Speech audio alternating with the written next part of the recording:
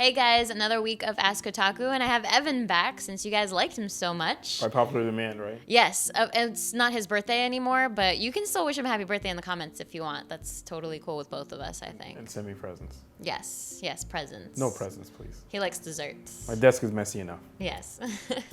Let's get on with this week's questions. How do tipsters work with Kotaku in releasing the latest rumors about the industry?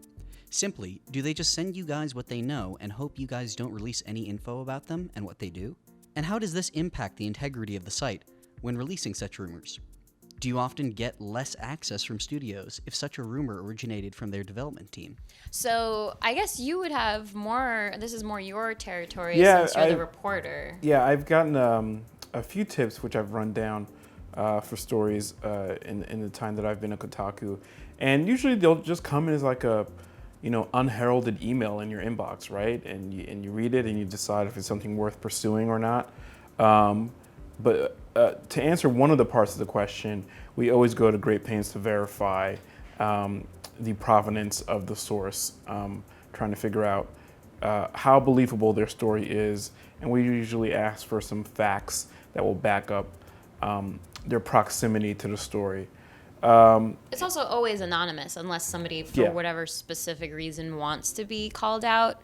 But most of the time, you don't even have to, the tipster won't even ask to be anonymous because they just know it's sort of implicit. So yeah. And it's also, the anonymity also helps protect them from whatever repercussions.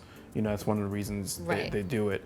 And in terms of it affecting our relations with publishers and developers and stuff, stories get out there. Yeah, I think they understand to a certain degree, and I mean, they never like it. Yeah, of course not. And a couple people, you can even see that there's something behind there, like maybe a little bit of hesitation. But it's not like if you're talking about blacklisting, for instance, like we've never experienced something like that, so it never goes that far. They understand that like these kinds of things happen, and when it's not us, it's another site. And when it's not them, it's us. So this is just something that happens in the business. So you just take it as a given, I guess. And one other interesting side effect is that,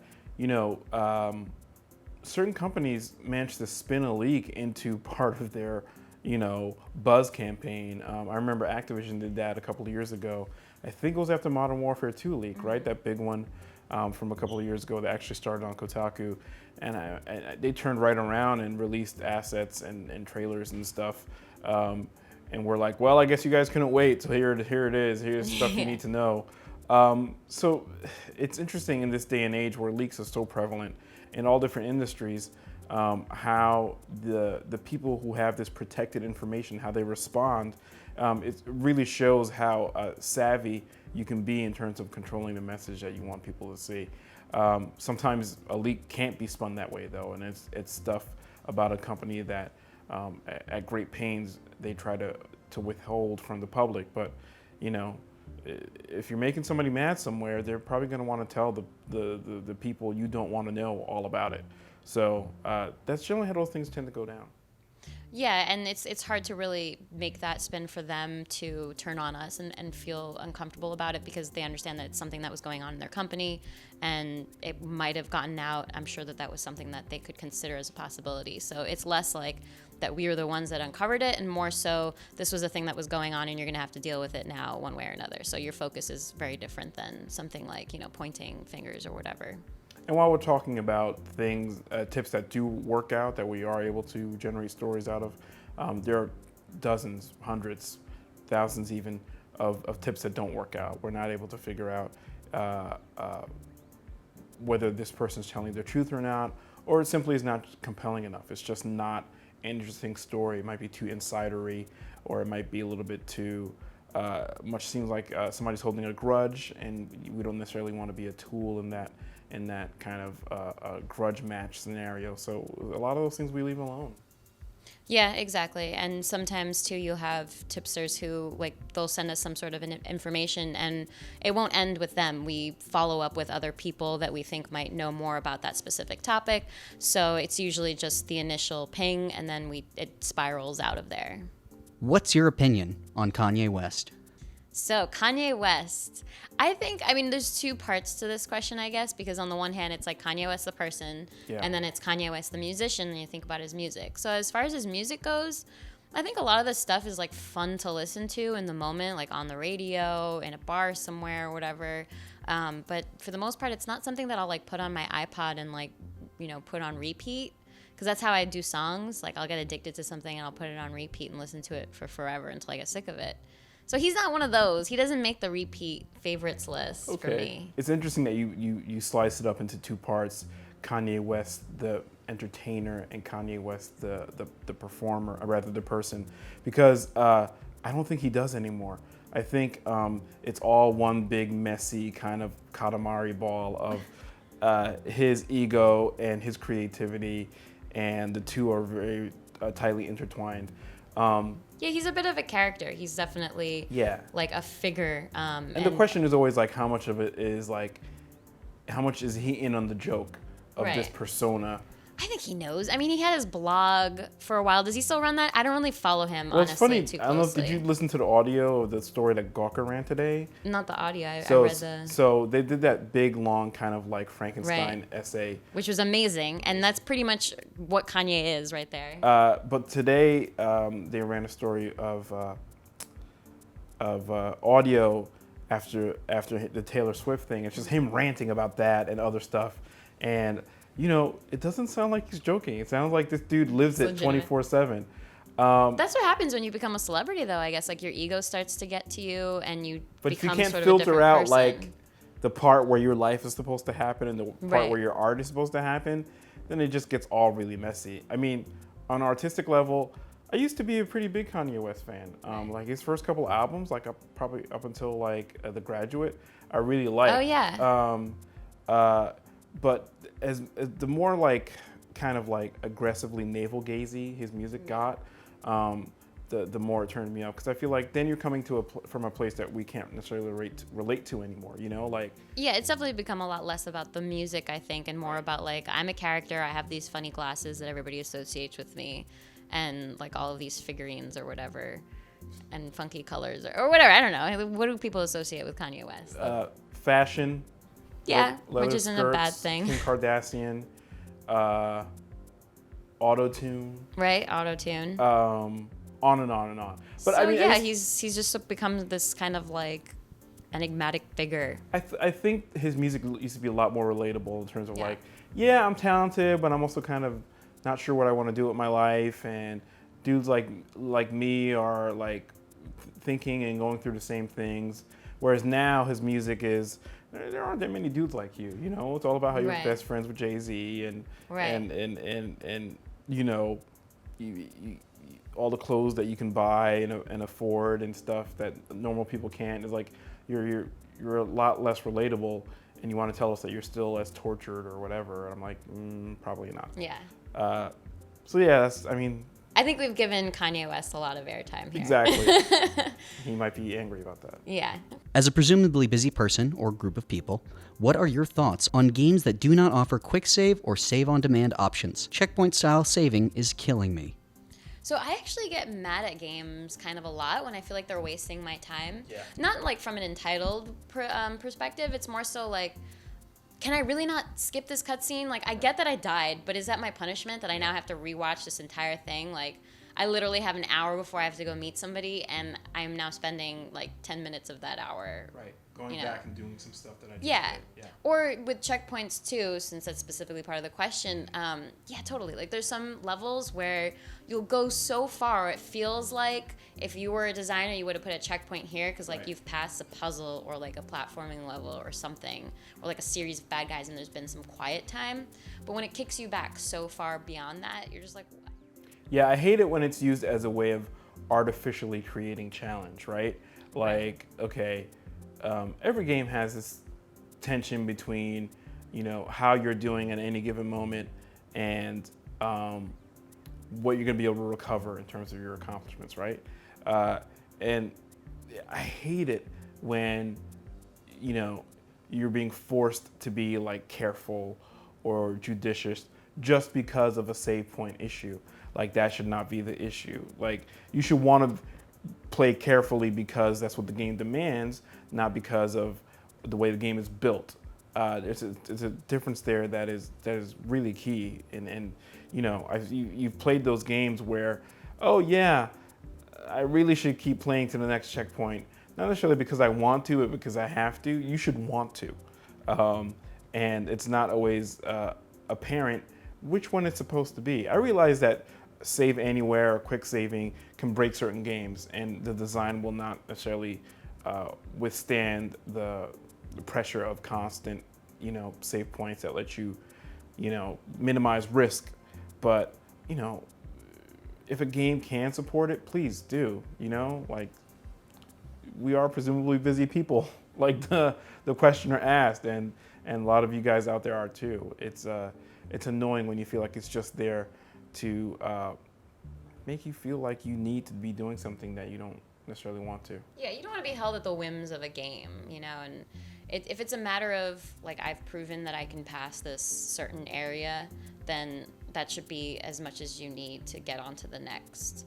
It's frustrating to have to, like, repeat the same thing. It's like, I feel like I've already proven to you that I can, so let's move on with the next challenges. So absolutely, basically, is the short of that answer. How do you handle birthdays for long-distance relationships, platonic or romantic? Oh man, Long distance is tough in general. Well, let's start at the very bottom line. Platonic? No, birthdays Birthdays. for yes. relationships are hard because the longer you are with somebody, whether it's long distance or not, the more difficult it can be to, like, generate that feeling of surprise or freshness or whatever. That I think is kind of essential to, like, a good birthday gift. But distance is hard because the way you really get to know somebody well enough to get them a good gift is being around them. You know, right. Here's what you have, here's what you don't have, here's what you're into, here's what you appreciate. And when you're not with somebody, it can be really, really hard to figure those kinds of things out. And you know, while gift cards are easy, they're corny. Yeah, no. Like, I mean, I think easy, if you can, show up there. Because it's once a year, so, you know, you can arrange. The present is you. No, but I mean, you can show up and then go out and hang out, and that is, I guess, the present is you, is what I'm saying. I mean, barring that, I mean, this comes from my years as a fact checker. Research is key, right? Like, you mine the social network of your intended giftee, and you figure out what the hell they want.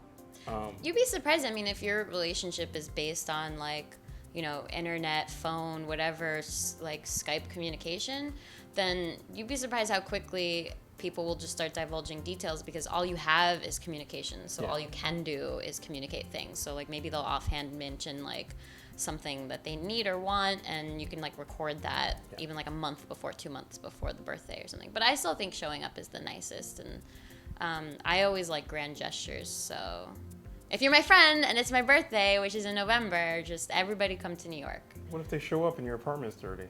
My apartment is never dirty. Also, I'll just kick you out and make you wait outside while I clean up, because there's no way. That I believe. Yeah. That I believe. I'll throw my cat out there and she's giving too much hair everywhere. But yeah, show up in person. If you could be one video game character, which would it be? Why? So I actually thought about this one a lot, because when I saw it, I was just like, damn, it's like a really interesting question. For whatever reason, I've never thought about this before. I feel like it's a thing people would think about, but I haven't. And then I thought about it, and I'm really bad with remembering games that I've played offhand. So I was, like, going through my list of, like, you know, from, like, Xbox Live or whatever to give myself a little memory boost. And I saw Mass Effect in there, and I was like, yeah, you know what?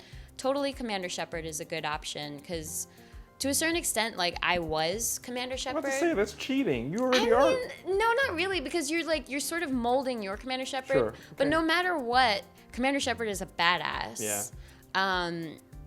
Like, she, you know, for me, she was able to, like, command the respect of a lot of people, but at the same time, like, has a lot of really deep and, like, connections and very loyal friendships. Yeah. And that to me is really important. So I thought, like, Commander Shepard was good, but yeah, obviously I molded her a bit. And I was thinking about upcoming games too, and like just a random one because I'm really excited about it.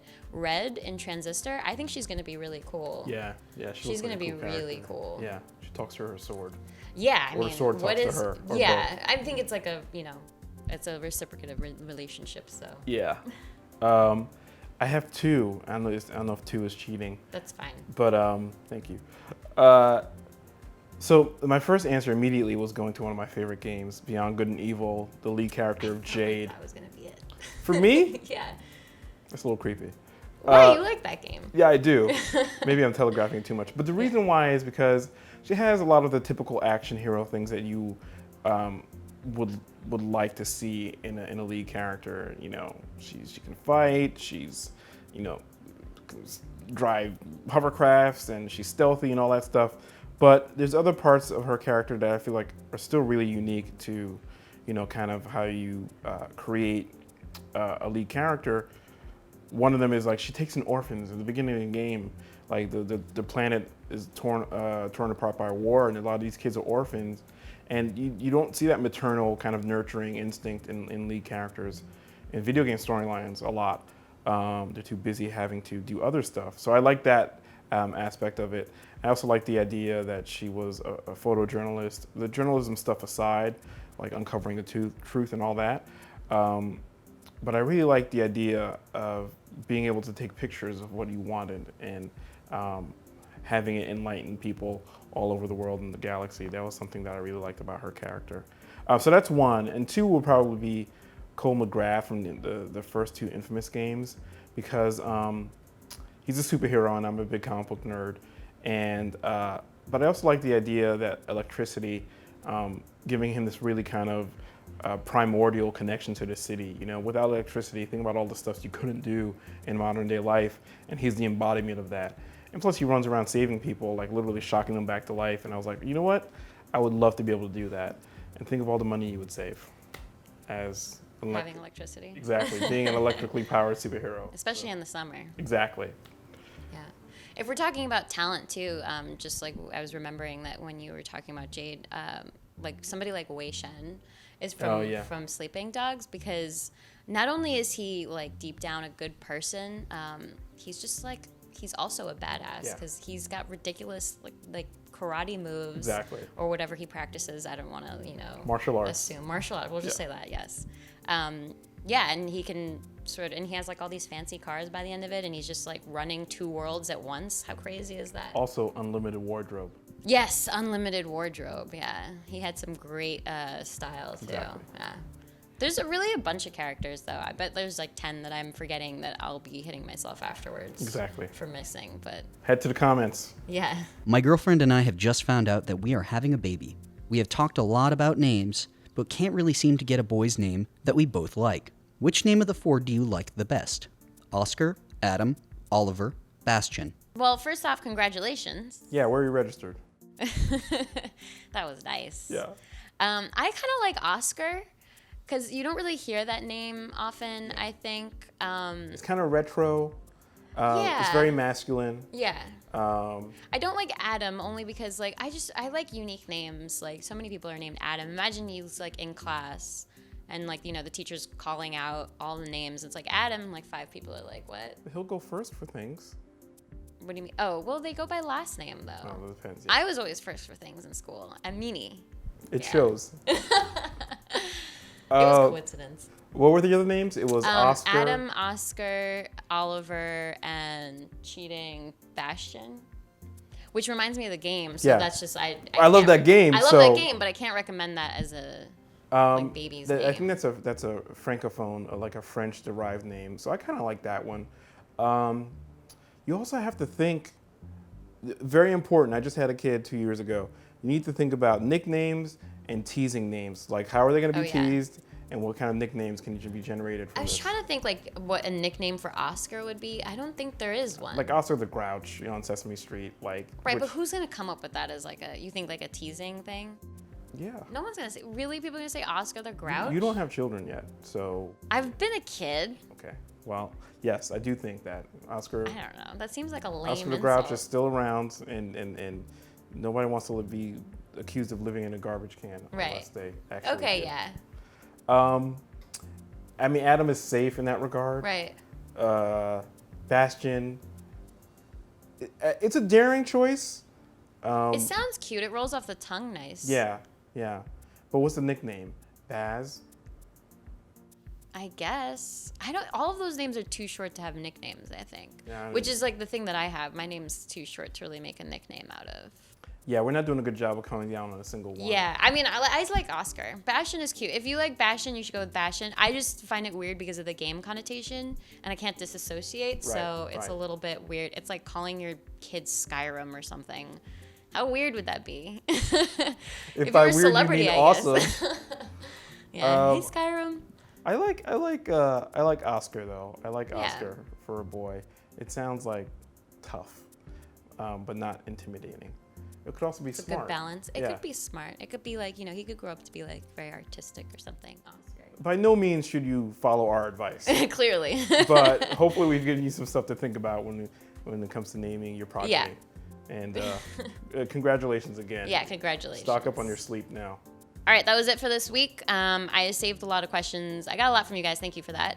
I'll save the rest for next week. You might see Evan. You might see someone else. I don't know. Maybe Kanye will be here since he obviously loves us now. Yo, Tina, I'm going to let you finish, but... Exactly. That's how that's going to go, the entire video, every single question. But yes, send me more questions. I have a bunch already, but, I'm totally down for more. And... thanks, guys, for like the couple weirder ones we got, like Kanye, obviously. So send more of that. We have fun with those. Exactly. We can come up with creative things for that. Hopefully. Yeah, and have a good weekend.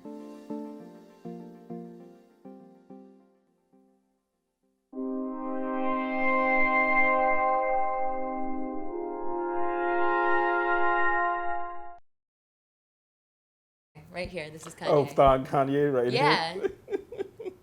Maybe we can get one where he's like, Yeah. putting his arms around us. Okay.